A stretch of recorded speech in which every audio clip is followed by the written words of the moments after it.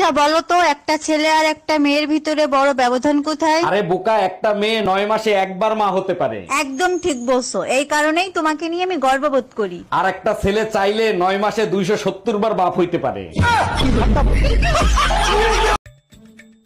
কই গো, তাড়াতাড়ি আসো। কি হয়েছে তাড়াতাড়ি বলো, আমার আবার অনেক কাজ আছে।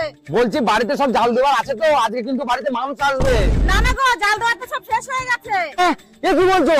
তাড়াতাড়ি চলো, 5 তলায় গিয়ে কটা জাল দেওয়া কুড়ি নিয়ে আসি। পুরি বাবা, না না, আমি শুনেছি ওই 5 তলায় পেতনি আছে। ওরে শালা, আজকে প্রথম শুনলাম যে পেদনিরাও নাকি পেদনিকে ভয় খায়।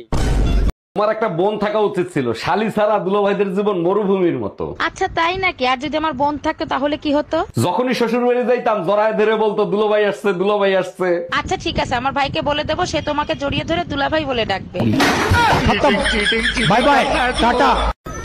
আচ্ছা আপনার কি মনে হয় মেয়েরা ছেলেদের মধ্যে সবার আগে কি দেখে? জানি না দিদি, আমাকে তো কেউ দেখে না। তাও তো কিছু দেখে, লুকস, হাইট, পার্সোনালিটি। আপনার কি আমাকে দেখে মনে হয় আমার মধ্যে এগুলো একটাও আছে?